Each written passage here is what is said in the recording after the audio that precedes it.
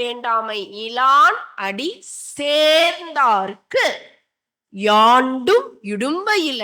கஷ்டம் அவங்களுக்கு எப்பவுமே கஷ்டம் வராதான். யார் சொல்றது? தெய்வ புலவர், பொய்யாமொழி புலவர், உலக பொதுமறையை இந்த உலகிற்கு தந்தவர்.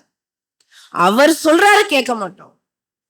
உனக்கு என்னைக்குமே கஷ்டம் இல்லப்பா, இறைவனின் திருவடியை பிடிச்சுக்கோ. ஆனா கஷ்டம்னு சொல்லி புலம்புறதுக்கு தயாரா இருக்கும்.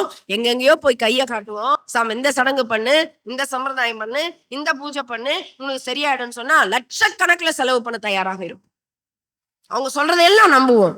ஆனா நம்ம தாத்தா சொல்றாரு, கடவுளை பிடிச்சுக்கப்பா, கடவுள் திருவடிய பிடிச்சுக்கப்பா, உனக்கு கஷ்டம் வராதுன்னு சொன்னா காது கொடுத்து கேட்க மாட்டோம். ஏன்? அவ்வளவு மறைப்பு. இறைவன் பாப்பான்ல, என்னை விடவாடா அதெல்லாம் பெருசு.